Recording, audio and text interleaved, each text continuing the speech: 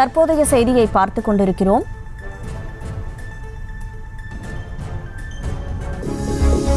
தேனி பெரியகுளத்தில் அரசு பேருந்து ஓட்டுநர் மீது தாக்குதல் என தகவல் வெளியாகி இருக்கிறது. அது தொடர்பான சிசிடிவி காட்சிகளையும் பார்த்துக் கொண்டிருக்கிறோம். முழு விவரங்களோடு செய்தியாளர் பாலாஜி இணைப்பில் இருக்கிறார். வணக்கம் பாலாஜி, என்ன நடந்தது? முழு விவரம்.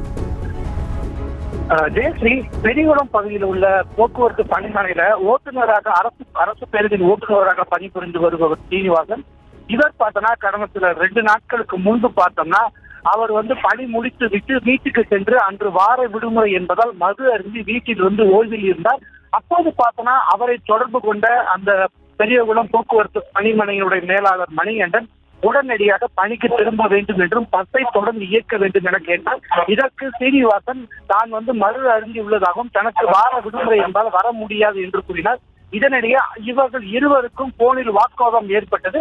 இந்த சூழ்நிலையில சீனிவாசன் தனது இருசக்கர வாகனத்தில் பணிமனைக்கு வந்தபோது அங்கு பேசிக் கொண்டிருந்த பணிமனையின் மேலாளர் மணிவண்ணனை கடுமையாக தாக்கத் தொடங்கினர். திடீரென ஓட்டுநர் பணிமனை மேலாளரை தாக்குவதை பார்த்த அங்கிருந்த ஓட்டுநர் அனைவருமே மீண்டும் சீனிவாசனை கடுமையாக தாக்கினார்கள். இரு தரப்பினரும் மாறி மாறி தாக்கிக் கொண்டனர். இதனை செய்திகளை உடனுக்குடனும் துல்லியமாகவும் தெரிந்து கொள்ள சப்ஸ்கிரைப் பண்ணுங்க.